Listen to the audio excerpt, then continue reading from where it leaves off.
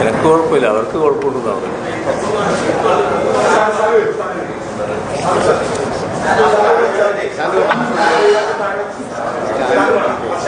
Stand വേണ്ട, camera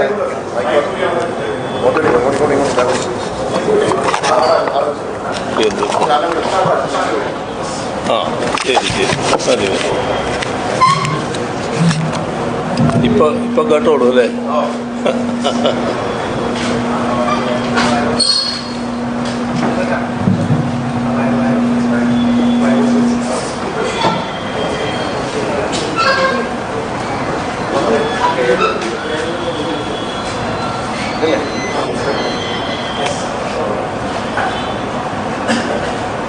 എല്ലാവർക്കും നമസ്കാരം. 2024 ലോക്സഭാ തെരഞ്ഞെടുപ്പിന്റെ ഭാഗമായി കണ്ണൂർ പ്രസ് ക്ലബ്ബ് സംഘടിപ്പിക്കുന്ന മീറ്റ് ദ ലീഡർ പരിപാടിയുടെ ഭാഗമായി മുഖ്യമന്ത്രി ശ്രീ പിണറായി വിജയനുമായുള്ള മീറ്റ് ദ പ്രചാരണം ഇപ്പോഴിവിടെ നടക്കുന്നത്. നമുക്കെല്ലാം കേരളം തെരഞ്ഞെടുപ്പിന്റെ അതിന്റെ അവസാനത്തെ ലാപ്പിൽ ഓടിക്കൊണ്ടിരിക്കുകയാണ്. കേരളത്തിലെ ജനങ്ങൾ ഏതാനും ദിവസങ്ങൾക്കകം 2 ദിവസങ്ങൾക്ക് ശേഷം മുഴുവനും പോളിംഗ് ബൂത്തിലേക്ക് എത്തിച്ചേരുകയാണ്. അതുകൊണ്ട് തന്നെ രാഷ്ട്രീയ പാർട്ടികളും സ്ഥാനാർത്ഥികളും എല്ലാം തന്നെ പ്രചരണത്തിന്റെ വിവിധ മാർഗങ്ങൾ അവസാന ഘട്ടത്തിൽ പ്രചരണമാക്കി യുദ്ധരംഗം സജീവമാക്കിക്കൊണ്ടിരിക്കുകയാണ്. ഇതൊരു ലോക്സഭാ തെരഞ്ഞെടുപ്പ് ആയതുകൊണ്ട് തന്നെ ഇന്ത്യൻ രാഷ്ട്രീയ സാഹചര്യങ്ങളും ഏറെ പരിഗണിക്കപ്പെടുന്നുണ്ട്. നമുക്കറിയുന്നതുപോലെ സമകാലീന ഇന്ത്യൻ രാഷ്ട്രീയം ഒരുപാട് വെല്ലുവിളികൾ നേരിട്ടുകൊണ്ടിരിക്കുകയാണ്. ഇന്ത്യൻ ജനാധിപത്യം, ഇന്ത്യയുടെ ഭരണഘടന, അതുപോലെ ഇന്ത്യയുടെ മതേതരത്വം, ഈ ഒരു പ്രത്യേക സാഹചര്യത്തിൽ മതനിരപേക്ഷതയൊക്കെ ഒരുപാട് വെല്ലുവിളികളെ നേരിട്ടുകൊണ്ടിരിക്കുകയാണ്. ഈ വെല്ലുവിളികളെ സമർത്ഥമായി നേരിടുന്ന കേരളത്തിലെ ഇടതുമുന്നണി സർക്കാരിന് നേതൃത്വം നൽകുന്ന ആദരണീയ മുഖ്യമന്ത്രി ശ്രീ പിണറായി വിജയനാണ് ഇന്ന് നമ്മുടെ കൂടെയുള്ളത്. വിവിധ ആപത്ഘട്ടങ്ങളിൽ പ്രതിസന്ധികളുടെ ദിനങ്ങളിലും ഒരു ജനതയെ സഹധൈര്യം മുന്നോട്ട് നയിച്ച മുഖ്യമന്ത്രിയാണ് അദ്ദേഹം. നമുക്കെല്ലാം അറിയാം. ആക്ഷേപങ്ങൾക്കും അതുപോലെ തന്നെ അധിക്ഷേപങ്ങൾക്കും ഭയമില്ലാതെ ഊസലില്ലാതെ നേരിടുന്ന പ്രത്യശാസ്ത്രത്തിന്റെ കരമുറപ്പുള്ള കേരളത്തിന്റെ ആദരണീയനായ മുഖ്യമന്ത്രിയെ ഈ മീറ്റ് ദ പ്രസിലേക്ക് ഏറെ ബഹുമാനത്തോടെ സ്നേഹത്തോടെ സ്വാഗതം ചെയ്തു.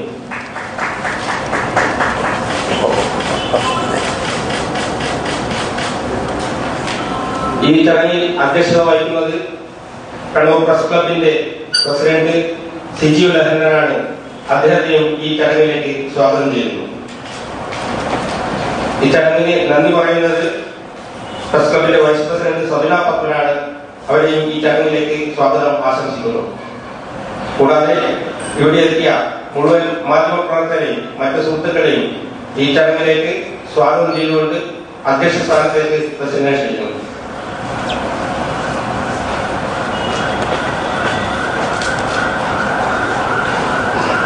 ഏറെ ബഹുമാനവും പ്രിയങ്കരമായ കേരളത്തിന്റെ പ്രിയപ്പെട്ട മുഖ്യമന്ത്രി പിണറായി വിജയൻ അവരുടെ പ്രസിഡന്റ് സെക്രട്ടറി കെ വിജയൻ, പ്രിയപ്പെട്ട മാധ്യമ സുഹൃത്തുക്കളെ,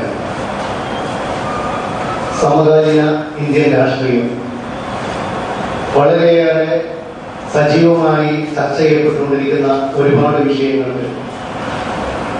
ഉറച്ചതും വ്യക്തവുമായ മറുപടി നൽകിക്കൊണ്ട് ഏറെ ശ്രദ്ധേയനായ രാഷ്ട്രീയ നേതാവ് നമ്മുടെ പ്രിയങ്കരനായ മുഖ്യമന്ത്രി പിണറായി വിജയന്റെ മീറ്റ് ദി ലീഡർ പരിപാടിയിൽ ഇന്ന് നമ്മളോടൊപ്പം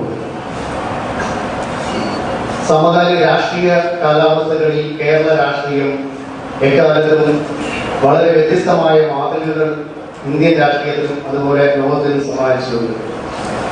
ആദ്യത്തെ കമ്മ്യൂണിസ്റ്റ് പാർട്ടി അധികാരത്തിൽ വന്നത്, അതുപോലെ തന്നെ മുന്നണി രാഷ്ട്രീയം, അടിയന്തരാവസ്ഥ കാലത്ത് ഇന്ത്യൻ സാഹചര്യങ്ങളിൽ നിന്ന് മാറി ചിന്തിച്ചത്, അങ്ങനെ ഒരുപാട് രാഷ്ട്രീയ കാലാവസ്ഥകൾ നമ്മൾ പരിചിതമാണ്. എന്നാൽ ഇന്ന് ഒരുപക്ഷെ ഏറ്റവും സമീപകാലത്തെ ലോക്സഭാ തെരഞ്ഞെടുപ്പുകളിൽ നിന്നെല്ലാം വ്യത്യസ്തമായിട്ട് ഒരു രാഷ്ട്രീയം രൂപപ്പെട്ടുകൊണ്ടിരിക്കുന്ന ഈ കാലഘട്ടത്തിൽ കേരളം എല്ലാവരും ഉറ്റുനോക്കുന്ന ഒരു സംസ്ഥാനമായി മാറിയിരിക്കുന്നു. ഒരുപാട് വിഷയങ്ങൾ നമ്മുടെ ഈ വളരെ ദീർഘമായ ഈ ഒരു തെരഞ്ഞെടുപ്പ് പ്രഖ്യാപനം ഉണ്ടായത് മാർച്ച് 16 അതിനു മുമ്പ് തന്നെ നമ്മുടെ രാഷ്ട്രീയ അന്തരീക്ഷം സജീവമായി. കാരണം ഫെബ്രുവരി അവസാനം തന്നെ ഇടതുമുന്നണി സ്ഥാനാർത്ഥികൾ പ്രഖ്യാപിച്ചുകൊണ്ട് സജീവമായി ഇറങ്ങി. UDF അവരുടെ സിറ്റിംഗ് MP-മാരെ തന്നെ മത്സരിപ്പിക്കുന്നത് തീരുമാനിച്ചിട്ടുണ്ടായിരുന്നു. NDAയും അതുപോലെ തന്നെ കളത്തിലിറങ്ങി. ഇപ്പോൾ ശരിക്കും പറഞ്ഞാൽ ഏറ്റവും ചൂട് പിടിച്ച ഒരു അന്തരീക്ഷത്തിലെ ചൂടും അതുപോലെ രാഷ്ട്രീയ ചൂടും ഒക്കെ തിളച്ചു നിൽക്കുന്ന ഒരു സാഹചര്യമാണ്. ഈ പരസ്യ പ്രചാരണം നാളെ അവസാനിക്കും. അതിനുള്ള എല്ലാ കുട്ടിക്കലാശത്തിന് എല്ലാ തയ്യാറെടുപ്പുകളും 3 മുന്നണികൾ നടത്തിക്കൊണ്ടിരിക്കുമ്പോൾ ഇന്ത്യയിലെ ദേശീയ നേതാക്കന്മാര് കേരളത്തിൽ വന്നുകൊണ്ട് കേരളത്തിലെ രാഷ്ട്രീയ കാലാവസ്ഥകളെയും രാഷ്ട്രീയ നേതൃത്വത്തെയും ഒക്കെ തന്നെ വളരെ സജീവമായിട്ട് സംവാദാത്മകമായ ശൈലിയിൽ വെല്ലുവിളികളെയും അതുപോലെ തന്നെ നിലപാടുകളെയും ഒക്കെ തന്നെ അഭിപ്രായങ്ങളൊക്കെ രൂപീകരിച്ചുകൊണ്ട് നമ്മുടെ ഈ രാഷ്ട്രീയ രംഗം സജീവമായിരിക്കുന്നത് അതിലെല്ലാം ഒരു ന്യൂക്ലിയസ് ആയിട്ട് വർഷങ്ങളായിട്ട് നമ്മൾ പതിറ്റാണ്ടുകളായിട്ട് കേരള രാഷ്ട്രീയത്തിൽ ഒരു ന്യൂക്ലിയസ് പോലെ പ്രവർത്തിക്കുന്ന ശ്രീ പിണറായി വിജയൻ അവർ അദ്ദേഹം തന്നെ ശരിക്കും പറഞ്ഞാല് നമ്മുടെ പ്രധാനമന്ത്രിയായാലും രാഹുൽ ഗാന്ധി ആയാലും എല്ലാവരും തന്നെ ഫോക്കസ് ചെയ്തുകൊണ്ട് ഇന്ത്യൻ രാഷ്ട്രീയത്തിൽ ശരിക്കും പറഞ്ഞാല് ഒരു കേരളത്തിൽ ഒരു പ്രത്യേക അന്തരീക്ഷം രൂപപ്പെടുത്തിയെടുക്കുന്നതിൽ ഇവിടുത്തെ സംവാദ രാഷ്ട്രീയ ഇപ്പത്തെ ഈ ലോക്സഭാ തെരഞ്ഞെടുപ്പിന്റെ സമയം വഴിതെളിച്ചിട്ടുണ്ട്. അങ്ങനെയുള്ള നിരവധി വിഷയങ്ങൾ നമ്മുടെ ഈ കഴിഞ്ഞ 1.5-2 മാസത്തോളമായിട്ട് കേരളം ചർച്ച ചെയ്യപ്പെടുന്നുണ്ട്. ഇടതുമുന്നണിയെ ഒരു പടനായകനായിട്ട് തെരഞ്ഞെടുപ്പിൽ സജ്ജമാക്കുന്നതിൽ മാത്രമല്ല തെരഞ്ഞെടുപ്പിൽ ഇപ്പോൾ മാസങ്ങൾക്ക് മുമ്പ് തന്നെ തെരഞ്ഞെടുപ്പ് സജ്ജമാക്കുന്നതിൽ മുന്നിട്ടിറങ്ങിത്തരുന്ന നമ്മുടെ മുഖ്യമന്ത്രി ഇപ്പോൾ വളരെ സജീവമായിക്കൊണ്ട് തന്നെ ഈ വളരെ ശ്രദ്ധേയമായ നിലപാടുകളിലൂടെ അദ്ദേഹം കേരള രാഷ്ട്രീയത്തിൽ അതുപോലെ ഇന്ത്യയിൽ തന്നെ ഏവരും ശ്രദ്ധിക്കപ്പെടുന്ന അഭിപ്രായങ്ങൾക്ക് കാതുകൊണ്ടിരിക്കുന്ന ഒരു സാഹചര്യമാണുള്ളത്. ഈ അവസ്ഥയിലാണ് അദ്ദേഹം നമുക്ക് എല്ലാ തെരഞ്ഞെടുപ്പുകളും കാണും പ്രസിഡന്റിന് അവസാന ദിവസങ്ങളിൽ മീറ്റ് ബസ് അനുവദിക്കാറുണ്ട്. ഇത്തവണയും അദ്ദേഹം നമുക്ക് മീറ്റ് ബസ് അനുവദിച്ചിരിക്കുകയാണ്. അപ്പോൾ ആദ്യം നമ്മുടെ രാഷ്ട്രീയം അതുപോലെ തന്നെ തെരഞ്ഞെടുപ്പ് തുടങ്ങിയ കാര്യങ്ങളെ കുറിച്ച് അദ്ദേഹം നമുക്ക് അമൃതമായിട്ട് സംസാരിക്കും. അതിനുശേഷം നമുക്ക് ചോദ്യങ്ങളിലേക്ക് നടക്കാം. നമ്മുടെ ഈ ഇന്നത്തെ വീതിയുടെ പരിപാടിയിൽ എത്തിച്ചേർന്ന അദ്ദേഹം ഗുണപ്രിയങ്കനായ മുഖ്യമന്ത്രി ശ്രീ പിണറായി വിജയൻ അവരുടെ സംസാരിക്കുന്നതിന് വേണ്ടി സ്നേഹപൂർവ്വം ക്ഷണിക്കുന്നു. നമസ്കാരം. ആമുഖമായി അധികം പറയാനില്ല. നിങ്ങൾക്കെല്ലാം അറിയാവുന്നതുപോലെ ഈ തെരഞ്ഞെടുപ്പ് തുടങ്ങിയ നാൾ മുതൽ അതിൻ്റെ പ്രവർത്തനം ആരംഭിച്ചത് മുതൽ കേരളത്തിലെ എല്ലാ മണ്ഡലങ്ങളിലും സന്ദർശിക്കാൻ എനിക്ക് കഴിഞ്ഞിട്ടുണ്ട്. വയനാട് നിന്നാണ് തുടക്കം. ഇന്നലെ കണ്ണൂരിലെ പരിപാടിയായതോടെ 20 മണ്ഡലങ്ങളിലും പൂർണ്ണമായി കഴിഞ്ഞു. ഇത് രാജ്യത്തെ സംബന്ധിച്ചിടത്തോളം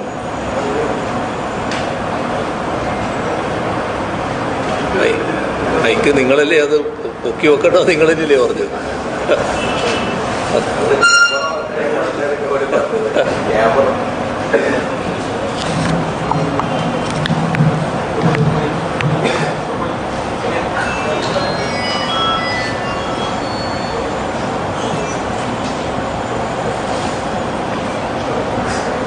ഇതിപ്പോ ശരിയാവോ? അപ്പോൾ വയനാട് നിന്നാണ് തുടങ്ങിയത്. ഇന്നലെ കണ്ണൂരോടുകൂടി 20 മണ്ഡലങ്ങളുമായി. ഈ തെരഞ്ഞെടുപ്പിൻ്റെ ഏറ്റവും പ്രധാനപ്പെട്ട ഇനം രാജ്യവ്യാപകമായി തന്നെ തെരഞ്ഞെടുപ്പിൻ്റെ പ്രധാന കാര്യങ്ങൾ ജനങ്ങൾ പൂർണ്ണമായി ഉൾക്കൊണ്ടിരിക്കുന്നു എന്നതാണ്. ഈ തെരഞ്ഞെടുപ്പിനെ ഒരു പ്രധാന അവസരമായിട്ടാണ് ജനങ്ങൾ കാണുന്നത്. രാജ്യത്തിൻ്റെ മതനിരപേക്ഷത, ജനാധിപത്യം, സ്വാതന്ത്ര്യം ദേശീയോദ്ഗ്രഥനം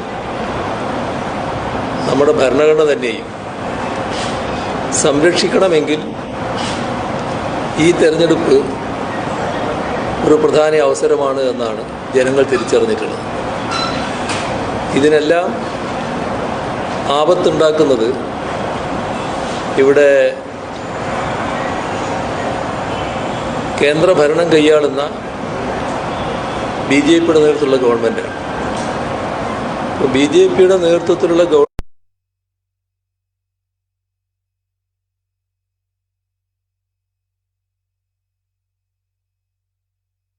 രാഷ്ട്രത്തിന് തന്നെ വലിയ അപകടമുണ്ടാക്കും എന്ന തിരിച്ചറിവാണ് ജനങ്ങൾക്കുണ്ടായിരുന്നത്. ഈ അവസരം ശരിയായ രീതിയിൽ ഉപയോഗിച്ചില്ലെങ്കിൽ രാഷ്ട്രത്തിനുണ്ടാകാൻ പോകുന്ന അപകടം വിവരണാതീതമായിരിക്കും എന്നും ആളുകൾ കാണുക. അപ്പം അതിൻ്റേതായ ഒരു അന്തരീക്ഷമാണ് രാജ്യത്തുള്ളത്. BJPയെ പരാജയപ്പെടുത്തത്തക്ക രീതിയിലുള്ള പൊതു സാഹചര്യം ഉയർന്നു വന്നിരിക്കുകയാണ്. അത് BJPക്കും മനസ്സിലായി തുടങ്ങിയെന്നാണ് തോന്നുന്നത്. കാരണം അവരുടെ ഏറ്റവും വലിയ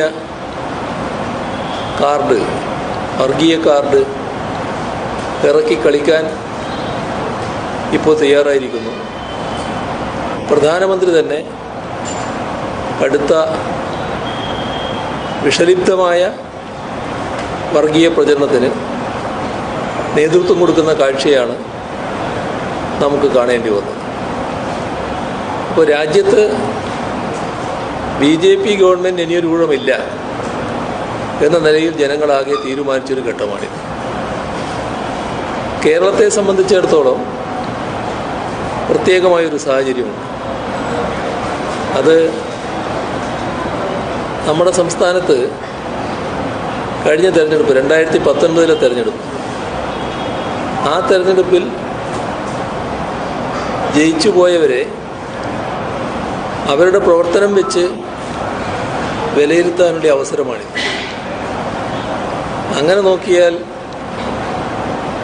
UDFൻ്റെ ഭാഗത്ത് 18 പേരും LDFൻ്റെ കൂടെ 2 പേരുമാണ് ഇപ്പോൾ നിൽക്കുന്നത്.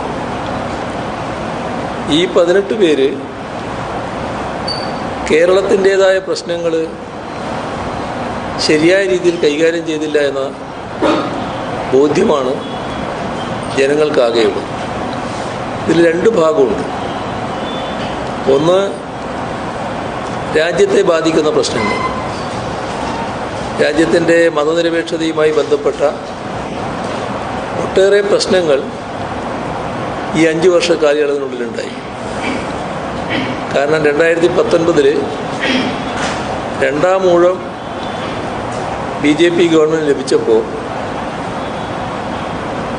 RSSൻ്റെ തീവ്ര അജണ്ടകൾ നടപ്പാക്കാനുള്ള ശ്രമമാണ് നരേന്ദ്രമോദിയുടെ ഗവൺമെൻറ് സ്വീകരിച്ചത്. ആ ഘട്ടത്തിൽ അവയെ ശക്തമായി എതിർക്കുന്ന നിലപാട് മതനിരപേക്ഷ ശക്തികളെല്ലാം സ്വീകരിച്ചെങ്കിലും കോൺഗ്രസിനെ ആ കൂട്ടത്തിൽ സജീവമായി കണ്ടില്ല. പാർലമെൻറ്റിലും പുറത്തും കോൺഗ്രസിൻ്റെ ശബ്ദം ഉയരുന്നത് കേട്ടില്ല. നമ്മുടെ ഈ 18-അംഗ സംഘം കുറ്റകരമായ അനാസ്ഥയും അലംഭാവവുമാണ് കാണിച്ചത് എന്നതാണ് കേരളത്തിൻ്റെ പൊതുവായ ബോധ്യം. ഇതൊരു ഭാഗം.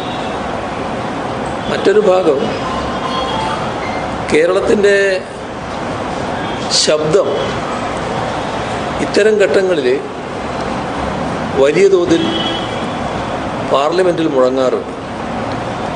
പക്ഷേ ഈ കഴിഞ്ഞ 5 വർഷക്കാലം കേരളത്തിൻ്റെ ശബ്ദം വേണ്ട രീതിയിൽ ഉയർന്നില്ല. അതിന് കാരണം 20-ൽ 18 പേര് നിശബ്ദരായിപ്പോയി. അപ്പോൾ അത് കേരളത്തിൻ്റെ ശബ്ദം ഉയരാതിരിക്കാൻ കാരണമായി എന്നതും നമ്മുടെ നാട്ടിലെ ജനങ്ങൾ തിരിച്ചറിഞ്ഞിട്ടുണ്ട്. ഇതോടൊപ്പം തന്നെ ഈ കഴിഞ്ഞ 5 വർഷക്കാലം നമ്മുടെ സംസ്ഥാനത്തിന് നേരെ കേന്ദ്ര ഗവൺമെൻറ് സ്വീകരിക്കുന്ന അവഗണനയും വിവേചനവും ശക്തിപ്പെട്ട കാലമാണ്. അത്തരമൊരു അവഗണന തുടരുമ്പോൾ അതിനെതിരെ സാധാരണഗതിയിൽ ശബ്ദമുയരേണ്ടത് പാർലമെൻറ്റിലാണ്. പക്ഷേ ഈ 18 അംഗ സംഘം അത്തരത്തിൽ ഒരെതിർപ്പും പാർലമെൻറ്റിൽ രേഖപ്പെടുത്തിയില്ല. BJP ഗവൺമെൻറ്റിനെ തുറന്ന് വിമർശിക്കാനോ തുറന്ന് കാണിക്കാനോ തയ്യാറാകാത്ത സമീപനമാണ് നമ്മുടെ കേരളത്തിലെ 18 അംഗ സംഘം സ്വീകരിച്ചത്. മാത്രമല്ല BJP ഗവൺമെൻറ്റിനെ ന്യായീകരിക്കാനായിരുന്നു വ്യഗ്രത, കേരളത്തെ കുറ്റപ്പെടുത്താൻ. ഇപ്പോൾ എല്ലായിടങ്ങളിലും പറഞ്ഞൊരു ഉദാഹരണം ഇവിടെയും ഞാൻ ആവർത്തിക്കാം. MP-മാരുടെ യോഗം പാർലമെൻറ്റ് സമ്മേളനത്തിന് മുൻപ് ചേരും. ആ യോഗത്തിൽ 2 തവണ സംസ്ഥാന സർക്കാർ എല്ലാ പാർലമെൻറ്റ് അംഗങ്ങളും കൂടി ധനമന്ത്രിയെ കണ്ട് നിവേദനം കൊടുക്കേണ്ട കാര്യം പറഞ്ഞു. കേരളത്തോട് എങ്ങനെയാണ് അവഗണന കാണിക്കുന്നത് എന്നത് കൃത്യമായി കണക്കുകൾ സഹിതം MP-മാരുടെ മുന്നിൽ അവതരിപ്പിച്ചു. എല്ലാവരും സമ്മതിച്ചു, കാണാൻ നിവേദനം കൊടുക്കാം. പക്ഷേ നിവേദനത്തിൽ ഒപ്പിടാൻ തയ്യാറായില്ല. ഇത് ആദ്യ തവണ. രണ്ടാമത്തെ തവണ ഈ 18 അംഗ സംഘം പറഞ്ഞു, ഞങ്ങൾ ഒപ്പിടാം, പക്ഷെ ഒരു കാര്യം ഇതിലെഴുതണം, സംസ്ഥാന സർക്കാരിൻ്റെ കെടുകാര്യസ്ഥയാണ് ഇതിനെല്ലാം ഇടയാക്കിയത് എന്നെഴുതണം. ഇപ്പോൾ രാജ്യത്തെ കേന്ദ്ര ഗവൺമെൻറ് കാണിക്കുന്ന അവഗണനയ്ക്കും വിവേചനത്തിനും എതിരായ നിവേദനം അതിൽ എഴുതണമെന്ന് പറഞ്ഞത് കേന്ദ്ര സർക്കാരിനോട് നമ്മൾ പറയുക, ഇതൊന്നും നിങ്ങളുടെ കുഴപ്പം കൊണ്ടല്ല, ഞങ്ങളുടെ സംസ്ഥാനത്തൊരു സർക്കാരുണ്ട്, ആ സർക്കാരിൻ്റെ കെടുകാര്യസ്ഥ കൊണ്ടാണ് ഇങ്ങനെയൊക്കെ സംഭവിച്ചത്. ഇത്ര പച്ചയായി കേന്ദ്ര ഗവൺമെൻറ്റിനെ ന്യായീകരിക്കാനും കേന്ദ്ര ഗവൺമെൻറ്റിനോടൊപ്പം ചാരി നിൽക്കാനും ഇവിടെ നമ്മുടെ കേരളത്തിൽ തിരഞ്ഞെടുക്കപ്പെട്ടു പോയ 18 അംഗ സംഘം തയ്യാറായി എന്ന ദുരനുഭവമാണ് നമുക്കുള്ളത്. അപ്പോൾ കേരളത്തോട് ഒരു കേരള വിരുദ്ധ സമീപനം BJPക്കുണ്ട്. അതിന് കാരണം അവരെ കേരളം സ്വീകരിക്കുന്നില്ല. ഇന്നലെ സ്വീകരിച്ചില്ല, ഇന്നും സ്വീകരിക്കുന്നില്ല, നാളെയും സ്വീകരിക്കില്ല. അതിലവർ പരിഭവിച്ചിട്ട് കാര്യമില്ല.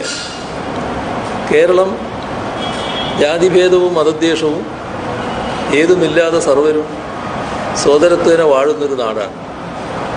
ആ നാടിന് വെറുപ്പിൻ്റെ പ്രത്യയശാസ്ത്രം ഉൾക്കൊള്ളാനാകില്ല. പക്ഷേ അതുകൊണ്ട് കേരള വിരുദ്ധ സമീപനം BJP തുടർച്ചയായി സ്വീകരിക്കുന്നുണ്ട്. ഈ 18 അംഗ സംഘം ഇവിടുന്ന് തിരഞ്ഞെടുക്കപ്പെട്ടു പോയവരാണല്ലോ.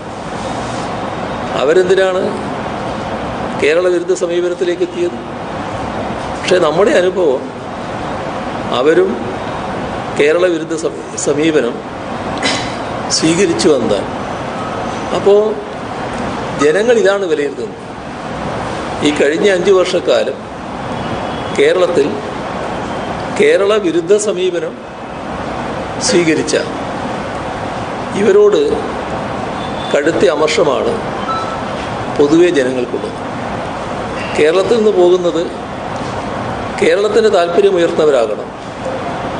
രാജ്യത്തിൻ്റെ മതനിരപേക്ഷതക്കും നാം ഉയർത്തിപ്പിടിക്കുന്ന മൂല്യങ്ങൾക്കും ഹാനി വരുത്താനുള്ള ശ്രമങ്ങൾ എന്തെങ്കിലും ഉണ്ടാകുമ്പോൾ അതിനെ ശക്തമായി എതിർക്കുന്നവരാകണം. മതനിരപേക്ഷത സംരക്ഷിക്കുന്നവരാകണം. ഇതാണ് ജനങ്ങളുടെ പൊതുവായ ബോധ്യം. അതിൻ്റെ ഭാഗമായി 20 മണ്ഡലങ്ങളിലും കാണാൻ കഴിഞ്ഞത് അഭൂതപൂർവമായ കാഴ്ചയാണ്.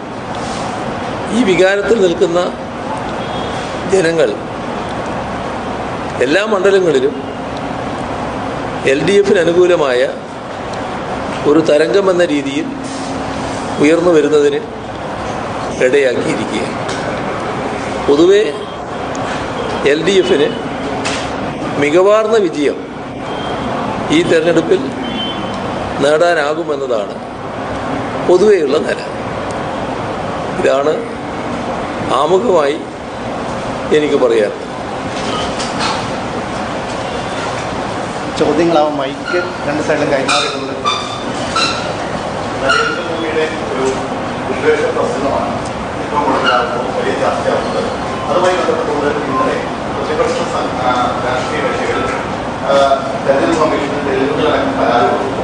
പക്ഷേ അങ്ങനൊരു പരാതി സ്ഥിരീകരിക്കാൻ പോലും തെരഞ്ഞെടുപ്പ് കമ്മീഷൻ തയ്യാറാവുന്ന ഒടുവിൽ ഉണ്ടാകാനായിട്ട് അടക്കമുള്ള ആളുകൾ ഇന്ന് എട്ടിലൂടെ സമീപിക്കേണ്ട അവസ്ഥയിലേക്ക് പോകും.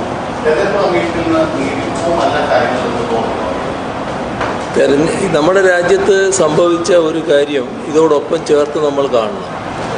രാജ്യത്തെ ഭരണഘടനാ സ്ഥാപനങ്ങളെയെല്ലാം തങ്ങളുടെ കാൽക്കീഴിൽ കൊണ്ടുവരിക, ആ ഒരു നിലപാടാണ് സംഘപരിവാർ പൊതുവെ സ്വീകരിച്ചിരുന്നത്. അതിൻ്റെ ഭാഗമായി ഓരോ സ്ഥാപനത്തിൻ്റെയും സ്വതന്ത്രാവസ്ഥ ഇല്ലാതാക്കുകയാണ് ചെയ്തത്. ഇപ്പോൾ തെരഞ്ഞെടുപ്പ് കമ്മീഷൻ്റെ രൂപീകരണം, അതുമായി ബന്ധപ്പെട്ട് ഉണ്ടായ പ്രശ്നം ഈ ഘട്ടത്തിൽ നമ്മൾ മറന്നു പോകാൻ പാടില്ല. സുപ്രീം കോടതിയുടെ ചീഫ് ജസ്റ്റിസ് കൂടി ഉൾക്കൊള്ളുന്ന ഒരു സമിതിയാണല്ലോ തെരഞ്ഞെടുപ്പ് കമ്മീഷൻ അംഗങ്ങളെ ശുപാർശ ചെയ്യാൻ നേരത്തെ നിയോഗിക്കുന്ന അവസ്ഥയുണ്ടായിരുന്നു. എന്നാൽ ഏകപക്ഷീയമായി സുപ്രീം കോടതി ചീഫ് ജസ്റ്റിസിനെ ഒഴിവാക്കുന്ന നില സ്വീകരിച്ചു. സുപ്രീം കോടതി ചീഫ് ജസ്റ്റിസ് നമ്മുടെ രാജ്യത്തെ പരമോന്നതമായൊരു ഭരണഘടനാ പദവിയല്ലേ. ആ പരമോന്നതമായ ഭരണഘടനാ പദവിയിൽ നാം പൊതുവെ പ്രതീക്ഷിക്കുന്ന നിഷ്പക്ഷത, അതിൻ്റെ ഭാഗമായുള്ള കാര്യക്ഷമത, അതോടെ ഉള്ള ഇടപെടൽ വരുമ്പോൾ ആ ഇടപെടൽ പാടില്ല എന്ന നിലപാട് കേന്ദ്ര ഗവൺമെൻറ് എടുത്തത് എന്തിനാണ്? തങ്ങളുടെ ഇംഗിതമനുസരിച്ചുള്ള കമ്മീഷനാണ് വരേണ്ടത്. കമ്മീഷൻ തങ്ങളുടെ ആജ്ഞാനുവർത്തികളാകണം. ഇതിൻ്റെ ഭാഗമായാണ് തെരഞ്ഞെടുപ്പ് കമ്മീഷൻ രൂപീകരണത്തിനുള്ള സമിതി തന്നെ ആ തരത്തിലേക്ക് മാറ്റിയത്. അതുമായി ബന്ധപ്പെട്ട് പിന്നീട് നടന്ന കാര്യങ്ങൾ ഓരോന്നും പരിശോധിച്ചാൽ ഒരുപാട് ചട്ടലംഘനങ്ങൾ കേന്ദ്ര ഗവൺമെൻറ്റിൻ്റെ ഉന്നത സ്ഥാനങ്ങളിലിരിക്കുന്ന വ്യക്തികളിൽ നിന്നും ഉണ്ടായിട്ടുണ്ട്. പ്രധാനമന്ത്രിക്കെതിരെ അടക്കം ആക്ഷേപങ്ങൾ ഉയർന്നു വന്നിട്ടുണ്ട്. ആ ഘട്ടത്തിൽ ഒന്നിൽ പോലും തെരഞ്ഞെടുപ്പ് കമ്മീഷൻ ഇടപെട്ട് തെരഞ്ഞെടുപ്പ് കമ്മീഷൻ്റെ നിഷ്പക്ഷത വ്യക്തമാക്കുന്ന നിലപാട് സ്വീകരിച്ച അനുഭവം രാജ്യത്തിനില്ല.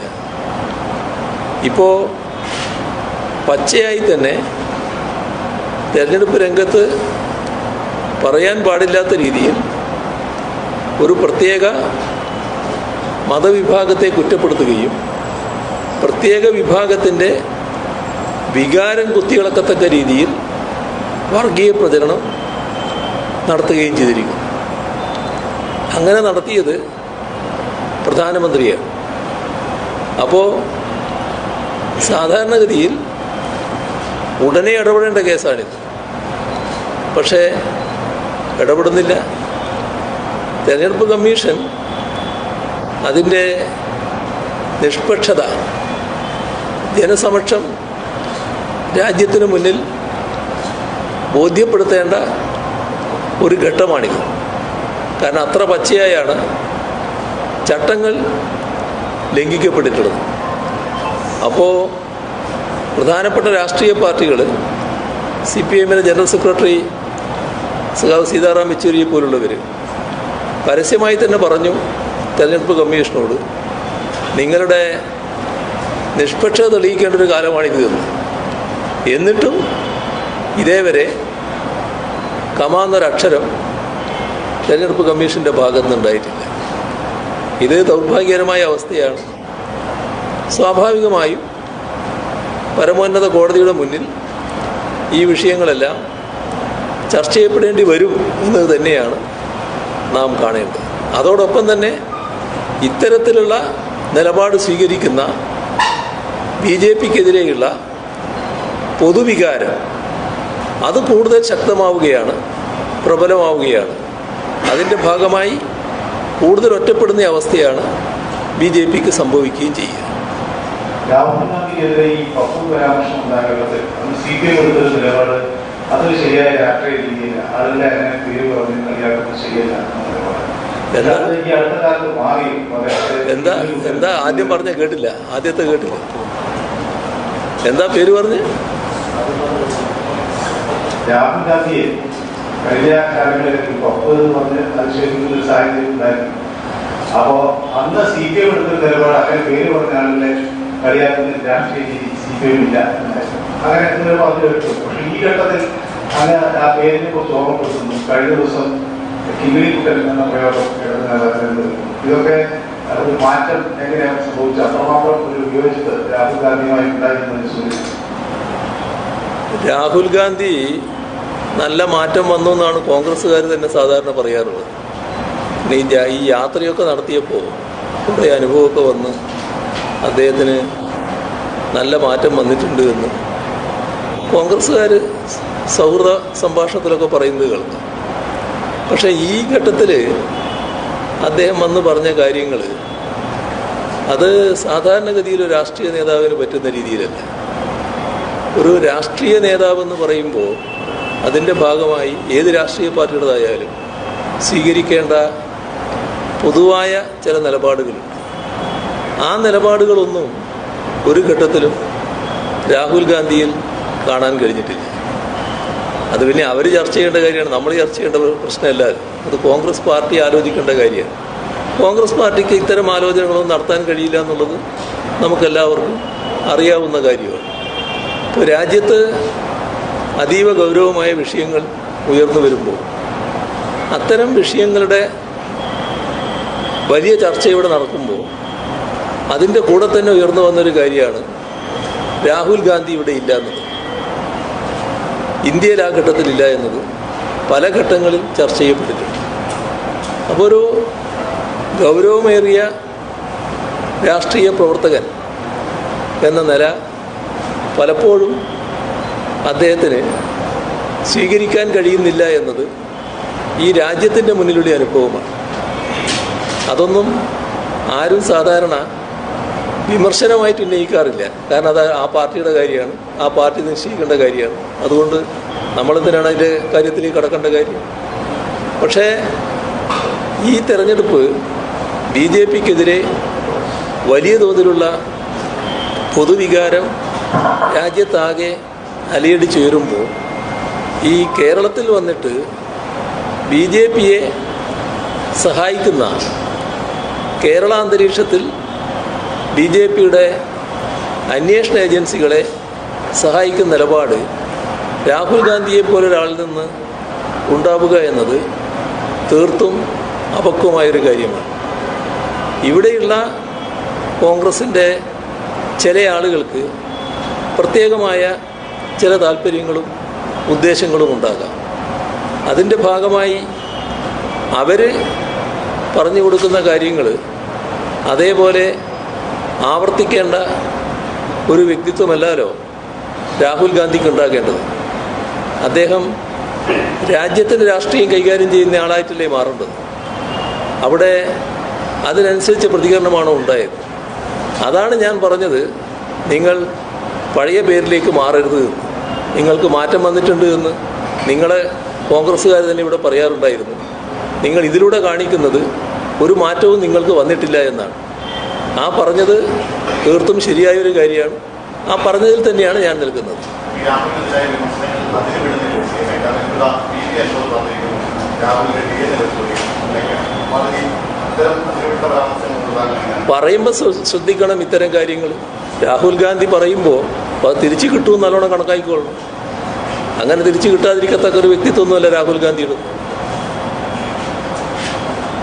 രാഹുൽ ഗാന്ധിയെ ഇങ്ങനെ LDF-ഉം CM-ഒക്കെ ഇങ്ങനെ വിമർശിക്കുന്നത് അത് മോദിയെ സന്തോഷിപ്പിക്കാൻ വേണ്ടിയാണ് എന്നാണ് പ്രതിപക്ഷ നേതാവ് അടക്കം പറയുന്നത്. അതൊരു നിങ്ങൾ തമ്മിലുള്ള ഒരു ധാരണയുടെ പുറത്ത് ഇത്തരത്തിലുള്ള കാര്യങ്ങൾ കേരളത്തിൽ പറയുന്നു. ഇവിടെ രീതിയിലാണ് അദ്ദേഹം അതിനെ വിമർശിക്കുന്നത്. അത് നിങ്ങളെല്ലാം കാര്യങ്ങൾ മനസ്സിലാക്കുന്നവരാണല്ലോ. ഇപ്പോൾ പ്രധാനമന്ത്രി ഒരിടത്ത് പറഞ്ഞതായിട്ട് നമ്മുടെ കേരളത്തിലെ പ്രധാന പത്രങ്ങൾ റിപ്പോർട്ട് ചെയ്തല്ലോ. ഞാൻ വിമർശിക്കുന്നതിനേക്കാളും കേരളത്തിലെ മുഖ്യമന്ത്രി രാഹുൽ ഗാന്ധിയെ വിമർശിക്കുന്നു എന്ന് പറഞ്ഞതായിട്ട് റിപ്പോർട്ട് ചെയ്തല്ലോ. എന്താ കാര്യം? രാഹുൽ ഗാന്ധി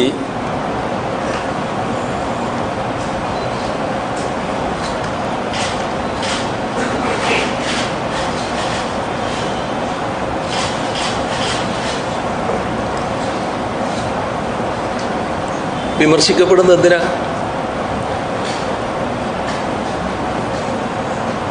പ്രധാനമന്ത്രി നരേന്ദ്രമോദിക്ക് വിമർശിക്കേണ്ടി വരാത്തത് എന്തിനാ? ഇത് രണ്ടും നമ്മൾ കാണണം. ഞാൻ വളരെ വിശദമായിട്ട് ഞാൻ പോവുകയില്ല, എങ്കിലും ഈ ചോദ്യം വന്നതുകൊണ്ട് നിങ്ങൾ മനസ്സിലാക്കണമല്ലോ, അതുകൊണ്ട് മാത്രം പറയുകയാണ്. ഇപ്പോൾ പൗരത്വ നിയമ ഭേദഗതി കൊണ്ടുവന്നു. പൗരത്വ നിയമ ഭേദഗതി എന്നത് ഈ രാജ്യത്തെ RSSന്റെ അജണ്ടയാണെന്ന് അറിയാത്തവരാരെങ്കിലും ഉണ്ടോ? RSSന് മതനിരപേക്ഷത തകർക്കണം. അതിന് ഏറ്റവും പ്രധാന വഴി പൗരത്വം മതാടിസ്ഥാനത്തിലാക്കലാണ്. ആ RSS അജണ്ടയെ എതിർക്കാതിരിക്കുന്ന നിലപാട് കോൺഗ്രസ് സ്വീകരിക്കുന്നു. ഇപ്പോഴല്ല, 4 വർഷം മുൻപ് 2019 രണ്ടാമത്തെ ഗവൺമെൻറ് BJP വന്നപ്പോൾ ആദ്യമേ തന്നെ ഈ ഭേദഗതിയാണല്ലോ കൊണ്ടുവന്നത്. അപ്പം തന്നെ അതിനെ എതിർക്കുന്നില്ല. അത് നരേന്ദ്രമോദിക്ക് പ്രധാനമന്ത്രി എന്ന നിലക്ക് നല്ല കുളിർമ നൽകുന്നൊരു കാര്യമല്ലേ. കോൺഗ്രസിനെ പോലൊരു പാർട്ടി ഇതിനെ എതിർക്കാതിരിക്കുന്നു എന്നത് ചെറിയ കുളിർമയാണോ മനസ്സിന് BJPക്ക് നൽകുക?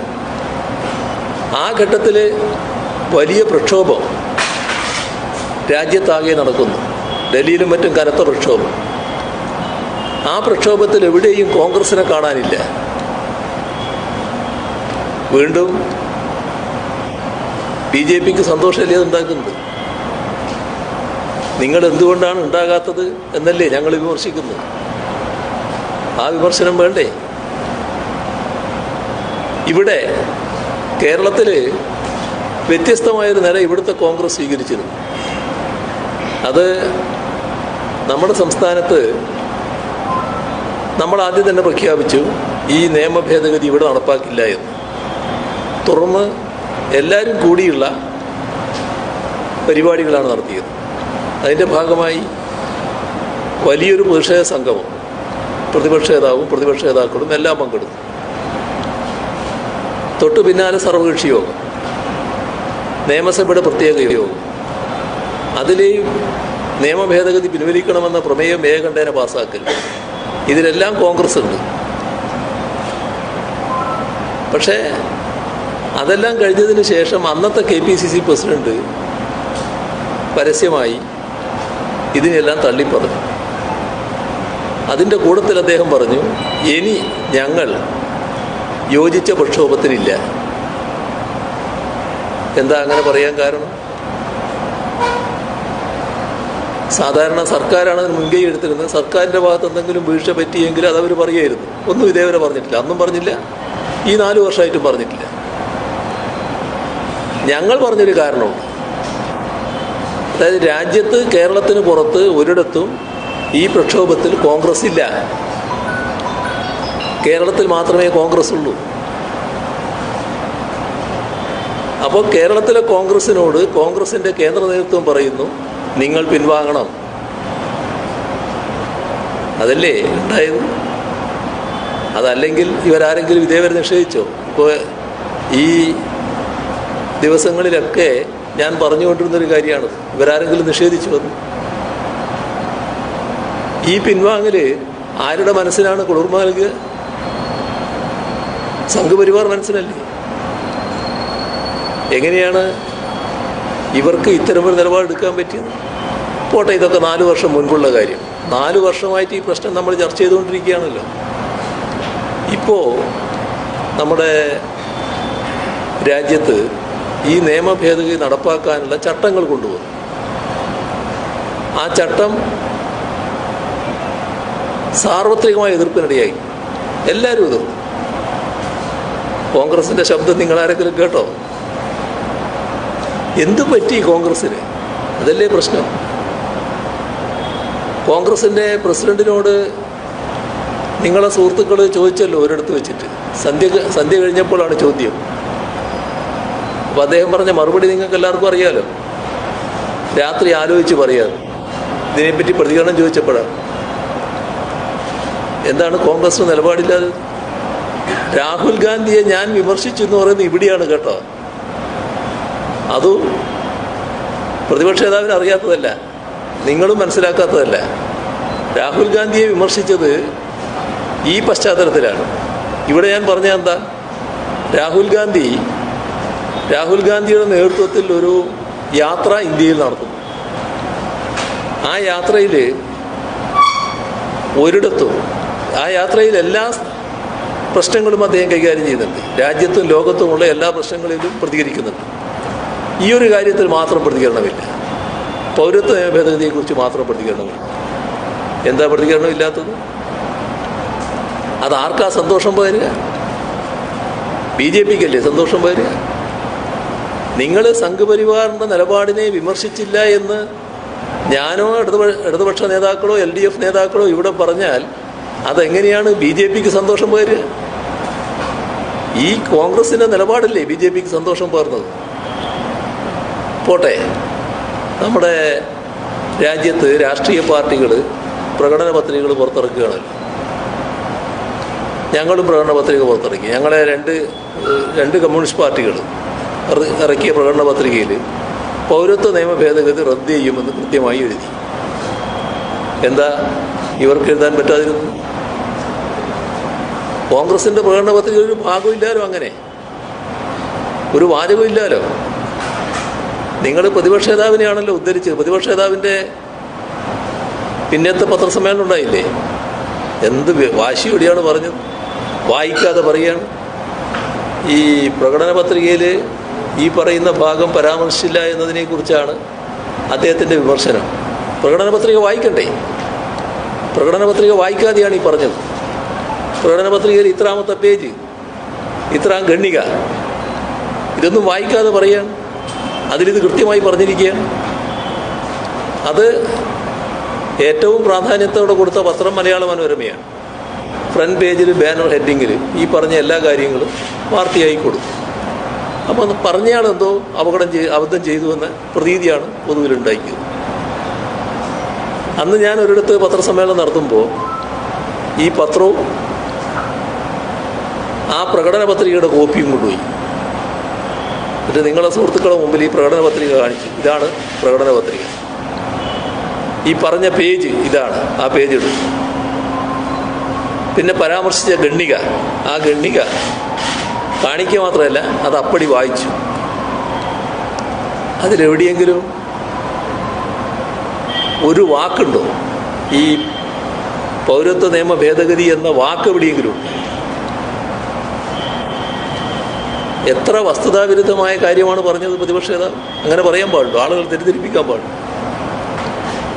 അതിന് വലിയ പ്രചരണം കൊടുത്ത് അതിന് ആളുകൾ തെറ്റിദ്ധാരണ ഉണ്ടാക്കാനല്ലേ നോക്കിയത്? എന്താ നിങ്ങൾ അത് പ്രകടന പത്രികയിൽ പറയാതിരുന്നു? ആ പറയാതിരുന്നത് ആരെയാണ് സൂചിപ്പിക്കുക? ആരുടെ മനസ്സിലാണ് കുളിർമ പകരുക? സംഘപരിവാർ മനസ്സിനല്ലേ? ഇപ്പോൾ പുറത്തു വന്ന കാര്യങ്ങൾ ഏകദേശം അംഗീകരിക്കപ്പെട്ടല്ലോ. നിങ്ങളെ കൂട്ടത്തിൽ ഇന്ത്യൻ എക്സ്പ്രസ് എന്ന പത്രമാണല്ലോ അത് പുറത്തു കൊണ്ടുവന്നത്. അവർ ഈ കരട് തയ്യാറാക്കുന്നതിന് വേണ്ടി കോൺഗ്രസ് നിയോഗിച്ച സമിതിയിലെ അംഗങ്ങളുമായി ബന്ധപ്പെട്ട് കരടിൽ ഈ ഭാഗം ഉണ്ടായിരുന്നു എന്ന് വന്നല്ലോ. പിന്നെ അംഗീകരിക്കേണ്ട നേതാക്കളുടെ സമിതി അത് ഒഴിവാക്കുകയാണ് ചെയ്തതെന്നും പുറത്തു വന്നല്ലോ. അത് ഭംഗിയന്തരേണ സമ്മതിക്കുന്ന കാര്യം ചിദംബരത്തിൻ്റെ ഭാഗത്തുണ്ടായല്ലോ. ചിദംബരമല്ലേ ആ കമ്മിറ്റിയുടെ നേതാവായിരുന്നയാൾ. ഇതിൻ്റെ ദൈർഘ്യം കൂടിപ്പോകുന്നതുകൊണ്ട് ഉൾപ്പെടുത്താതിരുന്നതാണെന്ന് അദ്ദേഹം പറഞ്ഞല്ലോ. ഭംഗിയന്തരേണ സമ്മതിക്കുകയാണല്ലോ ചെയ്തത്. എന്താണ് കോൺഗ്രസ്സിന് സംഭവിക്കുന്നത്? ആ സംഭവിക്കുന്നതിനെക്കുറിച്ചല്ലേ ഞങ്ങൾ പരാമർശിക്കുന്നത്. നിങ്ങൾ മതനിരപേക്ഷത കൈകാര്യം ചെയ്യുകയാണെങ്കിൽ ആ മതനിരപേക്ഷതയുടെ ഭാഗമായി എതിർക്കേണ്ടതിനെ ശക്തമായി എതിർക്കണ്ടേ? മതനിരപേക്ഷത തകർക്കാനുള്ള നീക്കത്തെ എതിർക്കണ്ടേ? ഇത് RSSൻ്റെ ഒരജണ്ട നടപ്പാക്കുന്നതിനോട് സ്വീകരിച്ച സമീപനം. വേറൊരു അജണ്ടയുടെ കാര്യം കൂടി ഇപ്പോൾ ഓർക്കുന്നത് നല്ലതാണ്. ഈ പറഞ്ഞതുകൊണ്ട് ഇങ്ങനെയാണ് വിമർശനം എന്ന് പറയുക. അത് ജമ്മു കാശ്മീരിൻ്റെ കാര്യമാണ്. ഇന്ത്യയുടെ ഭരണഘടനയെ അംഗീകരിച്ച നാൾ മുതൽ RSS പറയുന്ന കാര്യമാണ് ഭരണഘടനയിലെ 370-ാം വകുപ്പ് റദ്ദ് ചെയ്യണമെന്നുള്ളത്. അന്ന് തൊട്ടേ ഉണ്ട്. ജമ്മു കാശ്മീരിൻ്റെ പ്രത്യേക പദവി എടുത്തു കളയണം. അത് ഒരു ദിവസം എടുത്തു കളയുന്നു. അങ്ങനെ എടുത്തു കളഞ്ഞപ്പോൾ ആഭ്യന്തരമന്ത്രി പാർലമെൻറ്റിൽ എഴുന്നേറ്റ് നിന്ന് യാതൊരു നടപടിക്രമവും പാലിക്കാതെ ഒരു കടലാസ് എടുത്ത് വായിക്കുകയാണ്. സാധാരണ പാർലമെൻ്ററി നടപടിക്രമമുണ്ട്, അതൊന്നും പാലിക്കാതെയാണ് വായിച്ചു. ഭരണഘടനയുടെ 370 റദ്ദ് ചെയ്യുന്നു. ജമ്മു കാശ്മീരിൻ്റെ സംസ്ഥാന പദവി എടുത്തു കളയുന്നു. ജമ്മു കാശ്മീരിനെ തന്നെ കഷ്ണങ്ങളാക്കി മുറിക്കുന്നു. എത്ര കടുത്ത പ്രതിഷേധം രാജ്യത്ത് ഉയർന്നു? ആ തോതിൽ പ്രതിഷേധം കോൺഗ്രസിൽ ഉണ്ടായോ? എന്താണ് കോൺഗ്രസിന് സംഭവിക്കുന്നത്? പാർലമെന്റിനകത്തും പുറത്തും ആ തരത്തിൽ പ്രതിഷേധം ഉയർന്നില്ലാലോ. കോൺഗ്രസിൻ്റെ രാജ്യസഭയിലെ ചീഫ് വിപ്പ് ഈ നടപടിയിൽ ആവേശഭരിതനായി. അദ്ദേഹം കോൺഗ്രസ് വിട്ട് BJPയിലേക്ക് പോയി.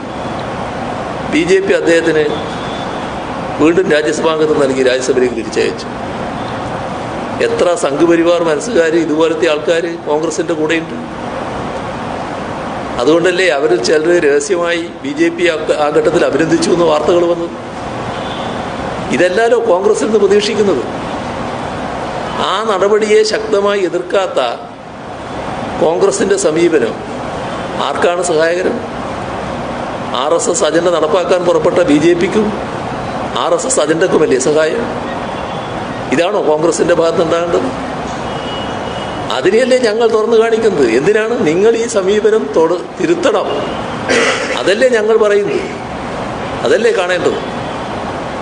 ഇനിയും ഉദാഹരണം വേണമെങ്കിൽ നമുക്ക് നീട്ടാം. അപ്പോൾ ഇതുപോലുള്ള കാര്യങ്ങളാണ് ഞങ്ങൾ പറയുന്നത് എന്നുള്ളത് കാണണം.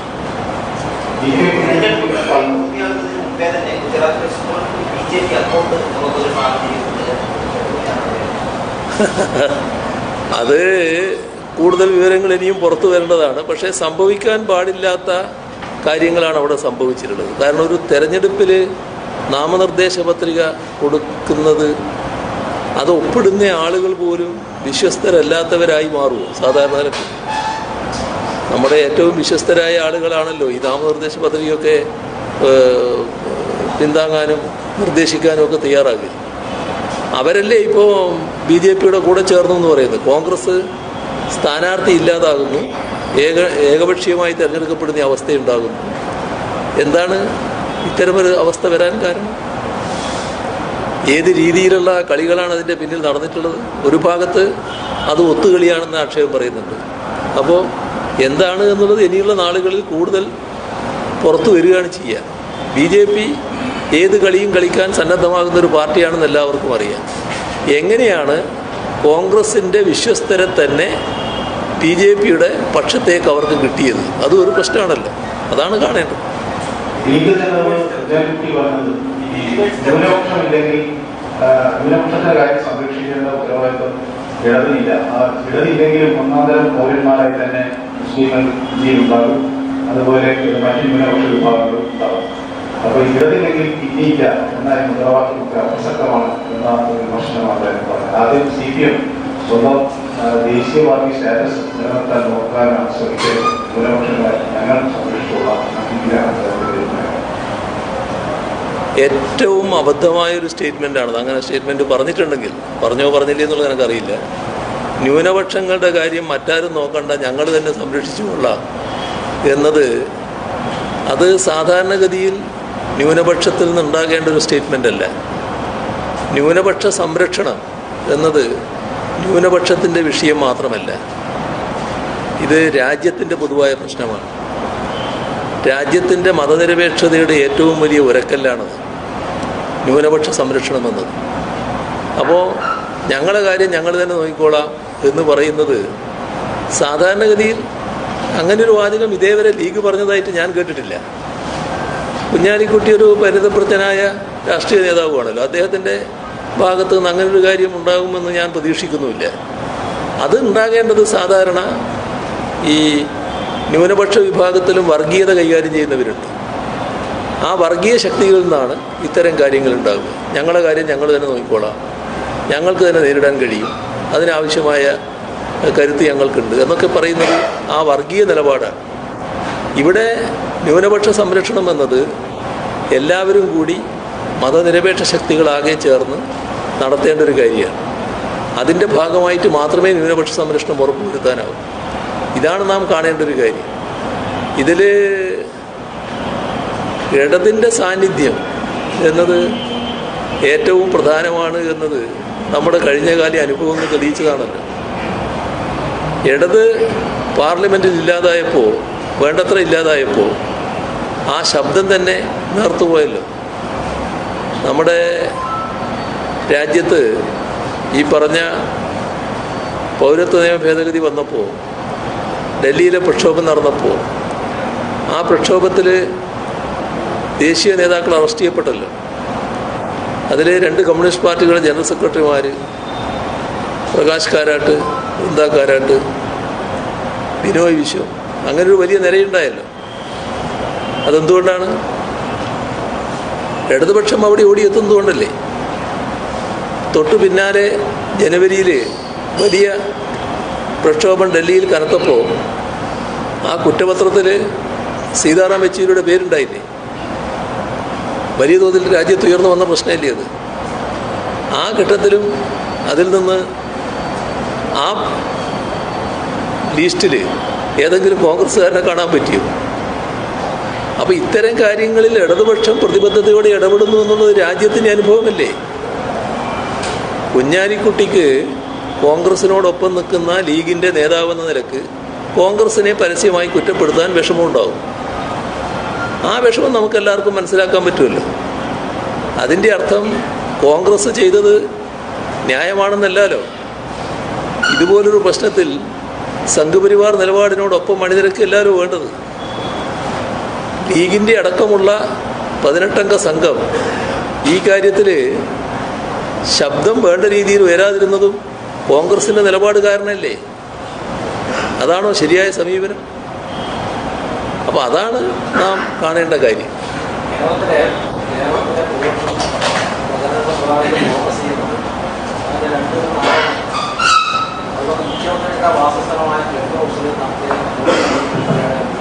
ക്ലിഫ് ഹൗസിൽ കോടിക്കണക്കിന് രൂപയുടെ നോട്ട് നടത്തി കൊഴുത്ത് നവീകരിക്കാൻ, കുളം നവീകരിക്കാൻ, കോടി പഠിപ്പിക്കാൻ വേണ്ടി കോടികൾ അധികം ചെലവ് നടത്തി.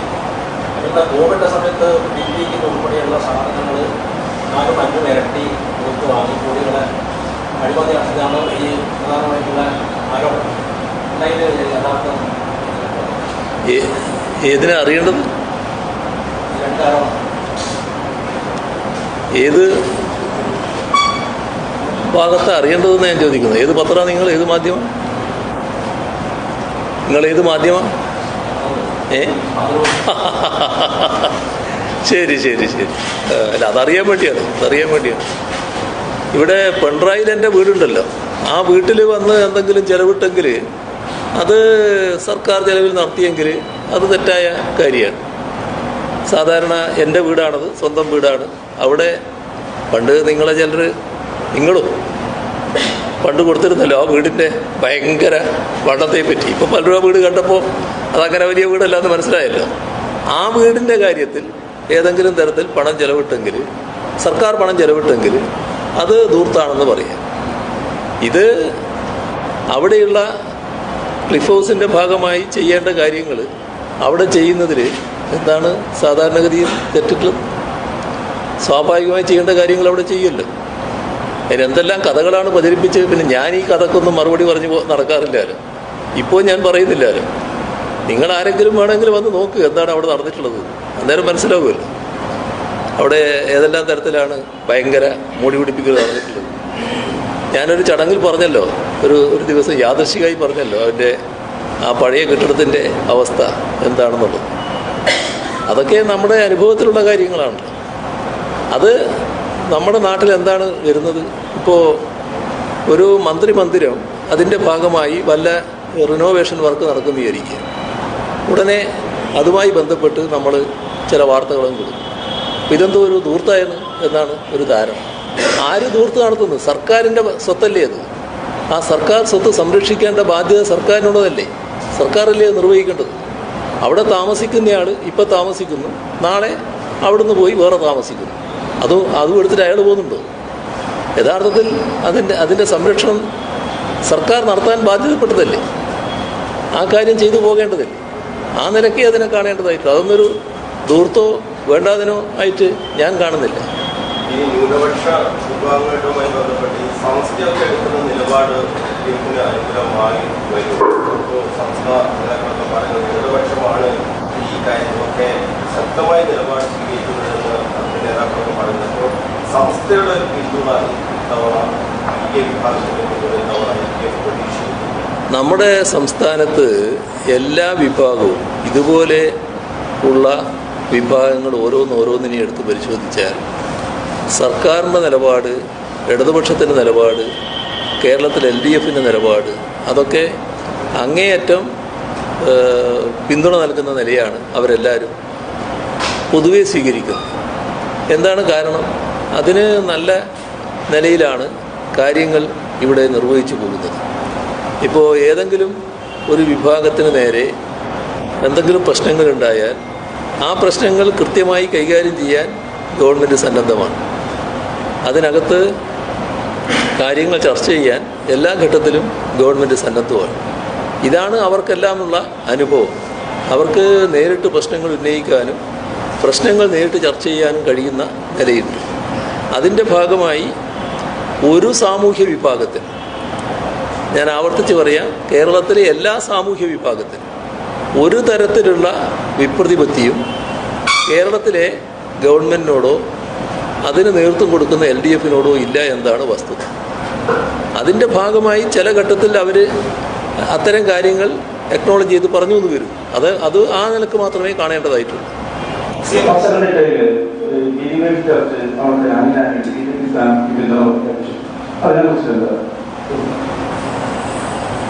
എവിടെ?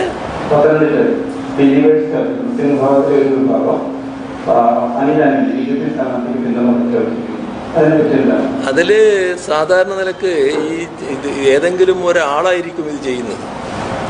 ഈ ആളുകളുടെ കൂട്ടത്തിൽ പലതരക്കാരുണ്ടല്ലോ. ഇപ്പോൾ ഒരു പുരോഹിതൻ ചെയ്തു എന്ന് വെച്ച് ആ ചർച്ചോ അവിടെ ആ വിശ്വാസികളോ ആകെ BJPയുടെ ഭാഗമായി മാറുന്നുവെന്ന് കാണേണ്ടതായിട്ടില്ല. സാധാരണ നിലക്ക് ഒരു പുരോഹിതൻ അയാളുടെ പ്രത്യേക വ്യക്തി താല്പര്യത്തിൻ്റെ അടിസ്ഥാനത്തിൽ ചില നടപടികൾ സ്വീകരിച്ചു എന്ന് വരും. ഇന്നത്തെ കാലത്ത് BJPയുടെ വരുതിയിൽ നിർത്താൻ വേണ്ടി പല ശ്രമങ്ങൾ നടത്താറുണ്ടല്ലോ. കേരളത്തിൽ ക്രൈസ്തവ വിഭാഗത്തെ മൊത്തത്തിൽ തങ്ങളോടൊപ്പം നിർത്താൻ കഴിയുമോ എന്ന ശ്രമം പലതരത്തിൽ BJP നടത്തിയതാണല്ലോ. പലരെയും ദൂതന്മാരായി അരമനകൾ തോറും അയക്കുന്ന വാർത്തകൾ നമ്മൾ കണ്ടതല്ലേ. പക്ഷേ എല്ലാവർക്കും സ്വഭാവം കൃത്യമായിട്ട് അറിയാലോ. ഏതൊക്കെ തരത്തിലാണ് ന്യൂനപക്ഷ വിഭാഗങ്ങൾ വേട്ടയാടപ്പെടുന്നത് എന്നുള്ളത് കൃത്യമായിട്ട് എല്ലാ വിഭാഗത്തിനും അറിയാലോ. അത് മനസ്സിനെ വേദനിപ്പിക്കുന്ന ഒരു ജനസമൂഹം, ആ ജനസമൂഹം ഈ വേദനയെല്ലാം തന്നവരെ പിന്നെയും പിന്താങ്ങും. അതല്ലേ വസ്തുത. അപ്പോൾ ആ കാര്യത്തിൽ ഞങ്ങൾക്ക് യാതൊരു ആശങ്കയില്ല. നമ്മുടെ നാട്ടിലെ നമ്മുടെ രാജ്യത്തിലെ സംഘപരിവാർ വിവിധ പ്രദേശങ്ങളിൽ ഇത്തരത്തിലുള്ള ന്യൂനപക്ഷ വിഭാഗങ്ങൾക്ക് നേരെ ഒരുപാട് ആക്രമണങ്ങളാണ് നടത്തിയിട്ടുള്ളത്. അതിൻ്റെ ഭാഗമായി കൊല ചെയ്യപ്പെട്ടവർ അടുത്ത കാലത്തല്ലേ. മണിപ്പൂർ നമ്മുടെ നാട്ടിൽ നിന്ന് കുറേ അകലെയാണെങ്കിലും നമ്മുടെ രാജ്യത്തിൻ്റെ ഒരു ഭാഗമല്ലേ. മണിപ്പൂരിലെ കുട്ടികൾ ഇപ്പം നമ്മുടെ കേരളത്തിൽ വന്ന് ധാരാളം പഠിക്കുന്നില്ലേ? എന്താണ് ഇങ്ങോട്ട് വരാൻ കാരണം? നമുക്കെല്ലാവർക്കും അറിയാലോ. ഇത്തരത്തിലുള്ള അവസ്ഥകൾ നേരിടേണ്ടി വന്നവർ, അവിടെ പള്ളികൾ, ആരാധനാലയങ്ങൾ ആക്രമിക്കപ്പെടുന്നു, തീവെച്ച് നശിപ്പിക്കുന്നു. എത്ര പേരാ? 500,000-ലധികം പേർക്കാണ് വീട് വിട്ട് ഓടിപ്പോകേണ്ടി വന്നത്. സ്വന്തം വീട് വിട്ട് ഓടിപ്പോവുകയാണ്. ഇതൊന്നും കേരളത്തിലില്ല. കേരളത്തിലില്ലാത്തത് എന്തുകൊണ്ടാണ് നമുക്കെല്ലാവർക്കും അറിയാലോ. അപ്പോൾ കേരളത്തിലില്ലെങ്കിലും കേരളത്തിലെ സഹോദരങ്ങൾ, കേരളത്തിൽ ജീവിക്കുന്നവർ അവരുടെ സഹോദരങ്ങൾക്ക് സംഭവിക്കുന്ന കാര്യമല്ലേ കേൾക്കുന്നത്. അതല്ലേ വേദന ഉണ്ടാക്കുന്നത്. ഇപ്പോൾ കേരളത്തിലല്ലെങ്കിലും കേരളത്തിൽ ചില ബന്ധങ്ങൾ കാണുമല്ലോ സാധാരണ. ഇപ്പോൾ കോൺഗ്രസിൻ്റെ ഗവൺമെൻറ്റാണ് തെലങ്കാനയുള്ളത്. ആ തെലങ്കാനയുള്ള കോൺഗ്രസ് ഗവൺമെൻറ്റിൻ്റെ ആ ഭരണത്തിന് കീഴിലാണല്ലോ അവിടുത്തെ മദർ തെരേസയുടെ പേരിലുള്ള സ്ഥാപനത്തിന് നേരെ സംഘപരിവാർ ആക്രമണം നടത്തിയത്. എന്താ കാര്യം? ഹനുമാൻ്റെ പേരിലുള്ള എന്തോ ഒരു ചടങ്ങ് നടക്കുന്നു. അന്ന് കാവി വസ്ത്രം ധരിക്കണമെന്ന് സംഘപരിവാറുകാർ പറയുന്നു. കുട്ടികളെ കാവി വസ്ത്രം ധരിപ്പിച്ച് വിടുന്നു. അപ്പോൾ സ്കൂൾ അധികൃതർ പറയുന്നു, നിങ്ങൾ കാവി വസ്ത്രം ഇത് നമ്മുടെ യൂണിഫോമല്ല, യൂണിഫോമാണ് ധരിക്കേണ്ടത്. യൂണിഫോമിൽ നിന്ന് വ്യത്യസ്തമായ വസ്ത്രം ധരിക്കണമെങ്കിൽ നിങ്ങൾ രക്ഷിതാക്കൾ പ്രത്യേകമായിട്ട് പറയണം. അതേ സ്കൂൾ അധികൃതർ പറഞ്ഞുള്ളൂ. പക്ഷേ അവിടെ പിന്നെ സംഭവിച്ചെന്താ? ഭയങ്കരമായ ആക്രമണമല്ലേ. 100 കണക്കിന് ആളുകളില്ലേ ഇറച്ചി കയറിയത് സ്കൂളിലേക്ക്. അവിടെ തല്ലുകൊണ്ട കൂട്ടത്തിൽ ഒരു മലയാളി വൈദികനല്ലേ ഭീകരമായ തല്ലുകൊണ്ടത്. അദ്ദേഹത്തിൻ്റെ അനുഭവം എന്താ? തല്ലി മട്ടുപ്പാവിൽ കൊണ്ടുപോയി, എന്നിട്ട് ജയ് ശ്രീറാം വിളിപ്പിക്കുകയാണ്. എന്നിട്ട് ഈ ആളുകൾ താഴെ 100 കണക്കിന് ആളുകൾ അവരോട് മാപ്പ് പറയിപ്പിക്കുകയാണ്. ഇതെല്ലാം ചെയ്തത് സംഘപരിവാറാണ്. പക്ഷേ അവിടുത്തെ മുഖ്യമന്ത്രി കേരളത്തിൽ വന്ന് വലിയ ഉപദേശമൊക്കെ നൽകിയല്ലോ. എന്താ ചെയ്തത് അവിടെ? ആ ഇരകൾക്ക് നേരിയ കേസ്. ഈ പറയുന്ന വൈദികൻ്റെ പേരിലടക്കം കേസാണെന്നാണ് കേട്ടത്. അവിടെയുള്ള സ്കൂൾ അധികൃതർക്ക് നേരെയാണ് കേസ്. ആ പാവങ്ങൾ എന്ത് പഠിച്ചു? ഇതാണ് സംഘപരിവാറിൻ്റെ പ്രവൃത്തി ഒന്ന്. സംഘപരിവാറിനെ പിന്താങ്ങിക്കൊണ്ട് ചെയ്യുന്ന പ്രവൃത്തി വേറൊന്ന്. ഇവിടെ സംഘപരിവാറിനെ പിന്താങ്ങി ചെയ്യുന്ന പ്രവൃത്തിയാണ് കോൺഗ്രസ് ചെയ്തത്. ഇതുപോലുള്ള കാര്യങ്ങൾ അനുഭവിച്ചുകൊണ്ടിരിക്കുന്നവരല്ലേ നമ്മുടെ രാജ്യത്തുള്ളവർ. ഒരു ഭാഗത്താണ് നടക്കുന്നതെങ്കിലും അതിൻ്റെ വേദന ഏറ്റുവാങ്ങുന്നവരല്ലേ ഇവിടെയുള്ള ആ വിഭാഗത്തിൽപ്പെട്ടവരും. അപ്പോൾ അതിലേതെങ്കിലും ഒരാൾ എന്തെങ്കിലും പ്രസ്താവന നടത്തിയെന്ന് വെച്ച് അത് ആ ജനവിഭാഗത്തെ ആകെ ബാധിക്കുന്നതാണ് എന്ന് നമ്മൾ കാണേണ്ടതില്ല എന്നാണ് ചുരുക്കത്തിൽ എനിക്ക് പറയാനുള്ളത്. കഴിഞ്ഞ ലോക്സഭാ തെരഞ്ഞെടുപ്പിൽ ശബരിമല എല്ലാ ചോദ്യവും നിങ്ങൾ തന്നെയാണ് ചോദിക്കുന്നത് കേട്ടോ. അത് ഇപ്രാവശ്യം ഈ തൃശ്ശൂർ പൂരവുമായി ബന്ധപ്പെട്ട് വലിയ തോതിലുള്ളൊരു വിവാദമാക്കി മാറ്റാനുള്ള ഒരു ശ്രമം നടത്തുന്നത് ഗൂഢാലോചന നടത്തുമെന്ന് സംശയിക്കുന്നുണ്ടോ? തൃശ്ശൂർ പൂരത്തെ സംബന്ധിച്ചുള്ള ഗൗരവമായ അന്വേഷണം നടക്കുകയാണ്. ആ അന്വേഷണത്തിനുള്ള ഏർപ്പാടുകൾ നടത്തിയിട്ടുണ്ട്. ഞാൻ നേരത്തെ പറഞ്ഞതുപോലെ ഈ ഘട്ടം സർക്കാരിന് ഒട്ടേറെ പരിമിതികളുടെ ഒരു ഘട്ടമാണ് ഈ തെരഞ്ഞെടുപ്പിൻ്റെ ഘട്ടം എന്ന് പറയുന്നത്. യഥാർത്ഥത്തിൽ സർക്കാരിൻ്റെ പ്രവൃത്തികൾ ശരിയായ രീതിയിൽ നടത്താൻ പറ്റാത്തൊരു ഘട്ടമാണ് ഈ തെരഞ്ഞെടുപ്പ് ഘട്ടം. അങ്ങനെയാണെങ്കിൽ പോലും അവിടെ ഉണ്ടായ പ്രശ്നങ്ങൾ ഗൗരവമായിട്ട് തന്നെയാണ് കാണുന്നത്. അതിൻ്റെ ഭാഗമായിട്ടാണ് അവിടെ പ്രശ്നങ്ങൾക്ക് കാരണക്കാരെന്ന് പ്രത്യക്ഷത്തിൽ ആക്ഷേപമുയർന്ന പോലീസ് ഉദ്യോഗസ്ഥരെ സ്ഥലം മാറ്റിക്കൊണ്ട് അന്വേഷണം നടത്തണമെന്ന് നിലപാടെടുത്തത്. പക്ഷേ സ്ഥലം മാറ്റാൻ ഇപ്പോൾ സർക്കാർ വിചാരിച്ചാൽ കഴിയില്ല. സ്ഥലം മാറ്റണമെങ്കിൽ തെരഞ്ഞെടുപ്പ് കമ്മീഷൻ്റെ അനുമതി വേണം. അപ്പോൾ തെരഞ്ഞെടുപ്പ് കമ്മീഷൻ്റെ അനുമതിയോടുകൂടി ചെയ്യാമെന്നാണ് കണ്ടിട്ടുള്ളത്. അതിൻ്റെ ഭാഗമായിട്ടുള്ള അന്വേഷണവും കാര്യമായിട്ട് നടക്കുന്നത് DGP അന്വേഷിക്കണമെന്നാണ് കണ്ടിട്ടുള്ളത്.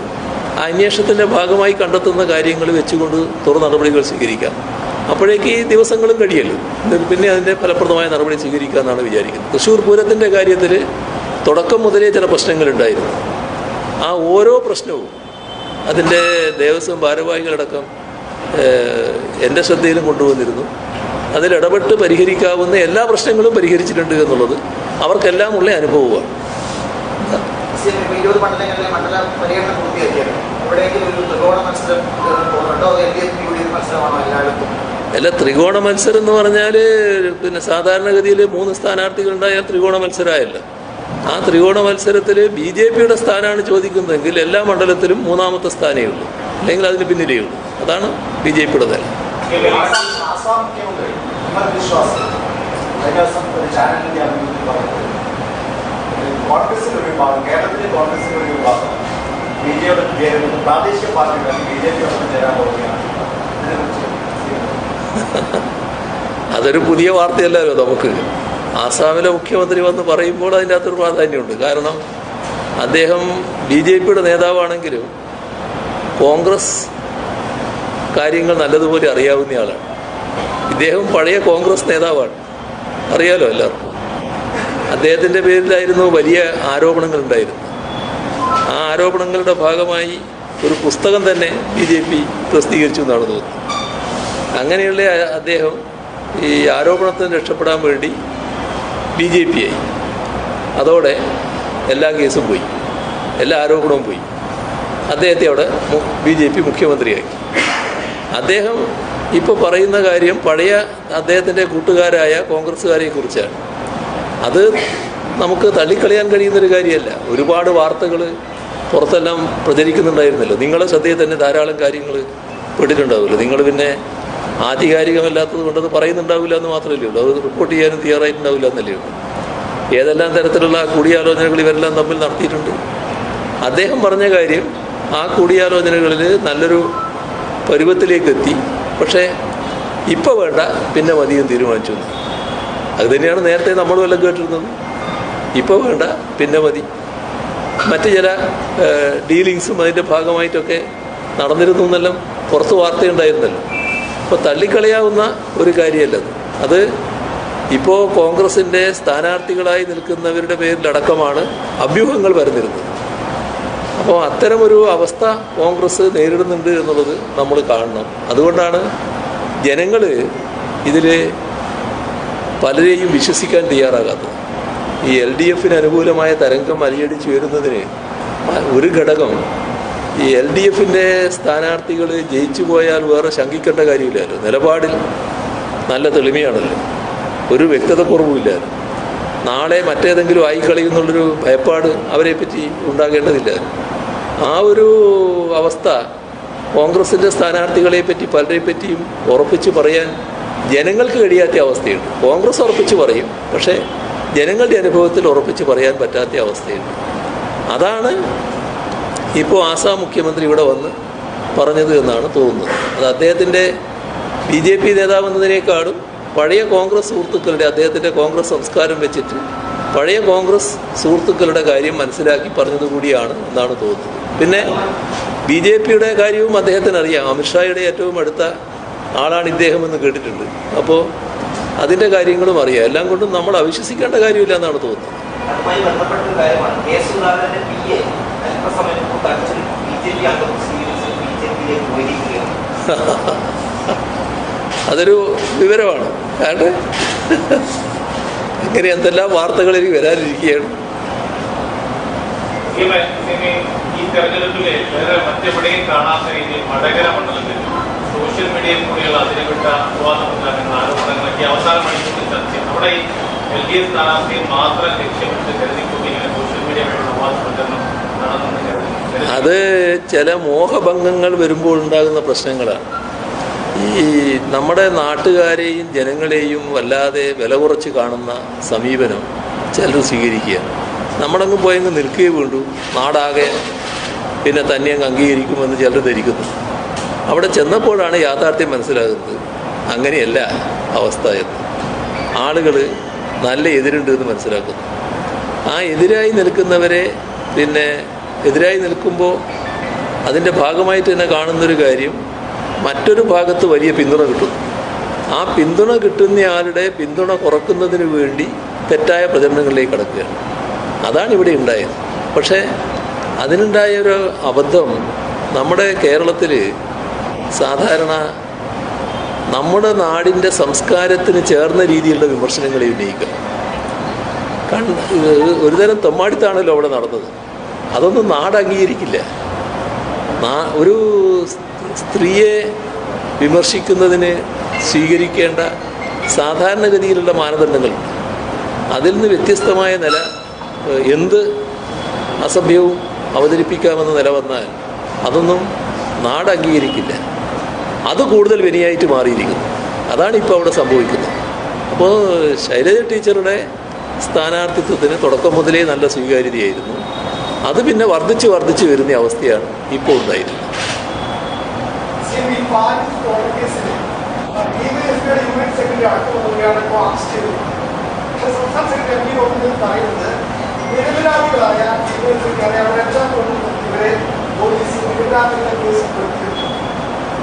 ഞാൻ ആ കേസിൻ്റെ മറ്റ് വിശദാംശങ്ങൾ ഇപ്പോൾ മനസ്സിലാക്കിയിട്ടില്ല എന്താണെന്നുള്ളത്. സാധാരണഗതിയിൽ അതുമായി ബന്ധപ്പെട്ട ആൾക്കാരെ തന്നെയായിരിക്കും പോലീസ് അറസ്റ്റ് ചെയ്യുക. അല്ലാത്ത എന്തെങ്കിലും പ്രശ്നമുണ്ടോ എന്നുള്ളത് ഇപ്പം എൻ്റെ ശ്രദ്ധയിലില്ല.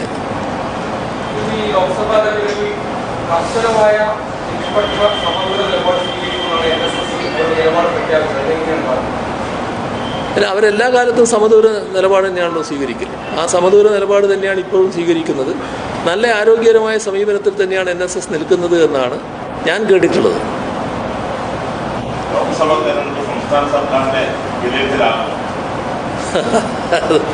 ലോക്സഭാ തെരഞ്ഞെടുപ്പ് എന്ന് പറയുന്നത് എന്താണെന്ന് നമുക്കെല്ലാവർക്കും അറിയാലോ. രാജ്യത്തിൻ്റെ ഭാവിയാണ് ഇവിടെ ചോദ്യം ചെയ്യപ്പെടുന്നത്. രാജ്യത്തിൻ്റെ ഭാവി രക്ഷിക്കാനുള്ളൊരു അവസരമായിട്ടാണ് ഇത് കാണുന്നത്. അതാണല്ലോ ഗാർഡിയൻ അടക്കം റിപ്പോർട്ട് ചെയ്തത്. രാജ്യത്തിൻ്റെ ജനാധിപത്യം രക്ഷിക്കാനുള്ളൊരു അവസരമാണ്. നഷ്ടപ്പെട്ടു പോയാൽ ജനാധിപത്യം തന്നെ തകരാറാവും എന്ന് ഗാർഡിയന് പോലും റിപ്പോർട്ട് ചെയ്യേണ്ടി വന്നാൽ അതാണ് ഈ തെരഞ്ഞെടുപ്പ്. ആ നിലക്കാണ് ഈ തെരഞ്ഞെടുപ്പിനെ നമ്മൾ കാണേണ്ടത്. അതൊരു ഭാഗം. അതേസമയം കേരളത്തിൻ്റെ മറ്റേ ഭാഗം ഞാൻ തുടക്കത്തിൽ പറഞ്ഞു. കേരളീയർ കാണുന്നത് ഒരു കേരള വിരുദ്ധ സമീപനം സ്വീകരിച്ചവരുണ്ട്. അവരോട് വിട്ടുവീഴ്ച ചെയ്യാൻ പറ്റില്ല. അവരങ്ങോട്ട് പോയിട്ട് കാര്യമില്ല. കേരളത്തിൻ്റെ താല്പര്യം സംരക്ഷിക്കുന്നവരായിരിക്കണം അങ്ങോട്ട് പോകുന്നത്. അതോടൊപ്പം മതനിരപേക്ഷത സംരക്ഷിക്കാൻ വേണ്ടി ശബ്ദിക്കുന്നവരുമായിരിക്കണം അങ്ങോട്ട് പോകുന്നത്. ഈ നിലപാട് കേരളത്തിൽ പൊതുവിൽ സ്വീകരിച്ചിട്ടുണ്ട്. ഇത് രണ്ടുമാണ് നല്ല രീതിയിൽ ഈ വിഷയത്തിൽ ചർച്ചയ്ക്ക് സ്വാഭാവികമായിട്ട് വരിക. കേരളത്തിലെ ഗവൺമെൻറ്റിനെ കുറിച്ച് ഏതെങ്കിലും തരത്തിലുള്ള എതിരഭിപ്രായം അത്ര കണ്ട് ഉയർന്നു വന്നിട്ടില്ല എന്നത് നമുക്കെല്ലാവർക്കും അറിയാവുന്ന കാര്യമാണ്. അതൊരു പ്രധാന വിഷയമായിട്ട് ഇവിടെ ഉയരുന്നേ ഇല്ല. ബിജെപിയുടെ പരസ്യത്തിൽ മോഡിയുടെ കേരളം എന്നുള്ളത് കാസർഗോഡ് വിഴിഞ്ഞം തുറമുഖോ കൊച്ചി മെട്രോ വാട്ടർ മെട്രോ തുടങ്ങിയ പദ്ധതികളാണ് പറയുന്നത്. ഇത് വല്ലാത്തൊരു രീതിയാണിതൊക്കെ.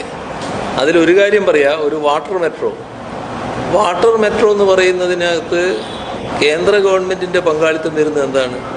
ഈ പാരിസ്ഥിതിക അനുമതി വാങ്ങണമല്ലോ. അപ്പോൾ പാരിസ്ഥിതിക അനുമതി ചിലത് സംസ്ഥാനം നൽകേണ്ടതുണ്ട്, ചിലത് കേന്ദ്രം നൽകേണ്ടതുണ്ട്. ഇതിൽ കേന്ദ്രത്തിൻ്റെ അനുമതി വേണം. അത്രയും കേന്ദ്ര ഗവൺമെൻറ് അതിൽ ബന്ധമുണ്ട്. ബാക്കി എല്ലാം സംസ്ഥാനത്തിൻ്റെതാണ്. മുഴുവൻ സംസ്ഥാനത്തിൻ്റെതായ പദ്ധതിയാണിത്. സംസ്ഥാനത്തിൻ്റെ തനതായ പദ്ധതി, സംസ്ഥാനത്തിൻ്റെ പണം, പിന്നെ അതിന് പുറമേയുള്ള പണം വായ്പ എടുത്തിട്ട് ജർമ്മൻ ഫണ്ടാണ്, ജർമ്മനിയിൽ നിന്നുള്ള വായ്പയാണ്. അതായത് സംസ്ഥാന ഗവൺമെൻറ്റിൻ്റെ ബാധ്യതയായിട്ട് വിടുന്നതാണ്.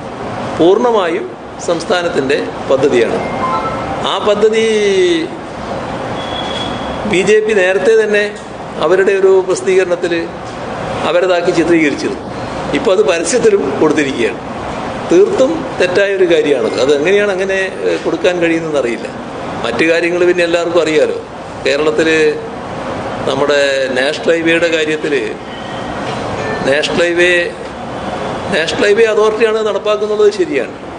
പക്ഷേ നാഷണൽ ഹൈവേക്ക് വേണ്ടി സ്ഥലമെടുക്കുന്നതിന് സംസ്ഥാന സർക്കാർ 5600 കോടിയോളം രൂപയാണ് കൊടുക്കേണ്ടി വന്നത്. ഈ രാജ്യത്ത് ഒരു സംസ്ഥാനവും അതിനുവേണ്ടി പണം കൊടുത്തിട്ടില്ല കേട്ടോ. നമ്മളെ സംസ്ഥാനം മാത്രമാണ് കൊടുക്കേണ്ടി വന്നത്. കാരണം നേരത്തെയുള്ള UDF ഗവൺമെൻറ് തക്ക സമയത്ത് ഭൂമി എടുത്തു കൊടുക്കാത്തത് കൊണ്ട് നമുക്ക് ഈ പദ്ധതി നടപ്പാക്കണമെന്ന നിർബന്ധമുള്ളതുകൊണ്ടും നമ്മളെ ശിക്ഷിക്കുകയായിരുന്നു.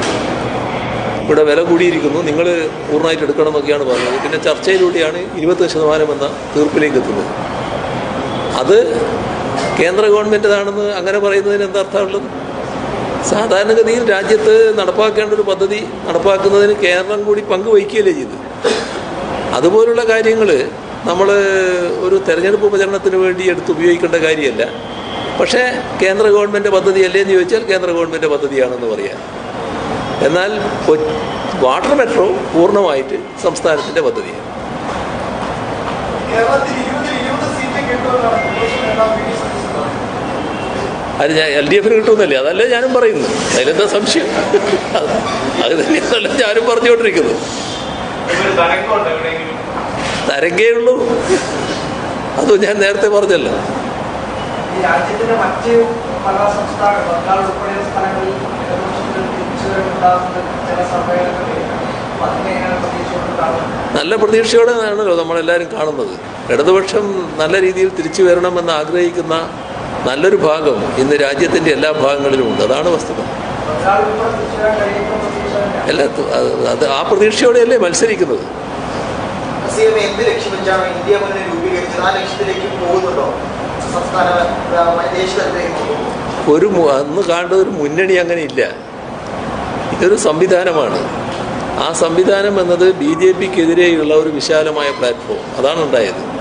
ആ പ്ലാറ്റ്ഫോമിൻ്റെ ഭാഗമായി വിവിധ സംസ്ഥാനങ്ങളിലാണ് ഈ പറയുന്ന തെരഞ്ഞെടുപ്പ് നടക്കുന്നത്. അവിടെ അതിൻ്റെ ഭാഗമായിട്ടുള്ള കൂട്ടുകെട്ടുണ്ടാകുന്നുണ്ട്.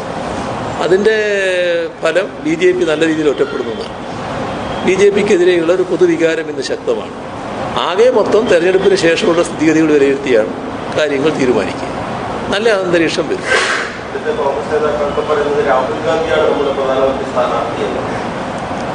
അത് കോൺഗ്രസ് തീരുമാനിച്ചതെന്ന് എനിക്കറിയില്ല. പക്ഷേ കോൺഗ്രസ് ഇതേവരെ എല്ലാം പരസ്യമായിട്ട് പറഞ്ഞിട്ടുള്ളത് ഞങ്ങൾ ആരെയും തീരുമാനിച്ചിട്ടില്ല എന്നുള്ളതാണ്.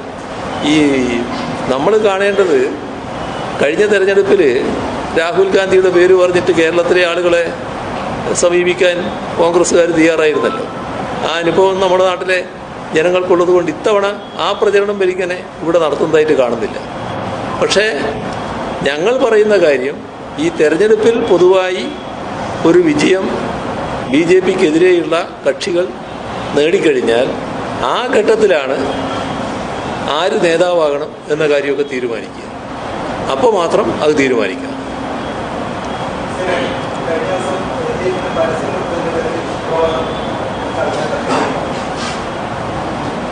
എന്തൊരു അസഹിഷ്ണുതയാണെന്ന് നോക്കണം ഇതൊക്കെ. നമ്മൾ ഏതെല്ലാം പരസ്യങ്ങൾ നമ്മുടെ മാധ്യമങ്ങളിൽ കാണുന്നുണ്ട്. അതിൽ ഈ പൗരത്വ നിയമ ഭേദഗതിയെ പറ്റിയോ മറ്റോ എന്തോ ഒരു ഭാഗം അതിനകത്ത് ഉണ്ടായിരുന്നു. അത് വല്ലാതെ പ്രകോപിതരായി ചില ആളുകളത് പരസ്യമായിട്ട് കത്തിക്കുന്ന ചിത്രവും പുറത്തു വന്നു. അതൊക്കെ അങ്ങേയറ്റം പ്രതിഷേധാർഹമായ കാര്യമാണ്. എത്ര വലിയ നിലവാര തകർച്ചയാണ് ഉണ്ടാകുന്നത് എന്നാണ് അതൊക്കെ കാണിക്കുന്നത്. അത് സാധാരണഗതിയിൽ സംഭവിക്കാൻ പാടില്ലാത്തൊരു കാര്യമായിരിക്കും. നിങ്ങൾ അവസാനിച്ചമായിരുന്നു. ഇനി നന്ദി പറയുന്നതിന് വേണ്ടി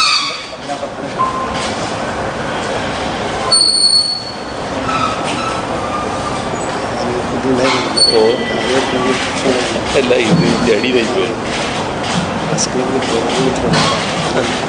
ലോക്സഭാ തെരഞ്ഞെടുപ്പിന്റെ ഭാഗമായി സംബന്ധിച്ച് സംസാരിച്ച്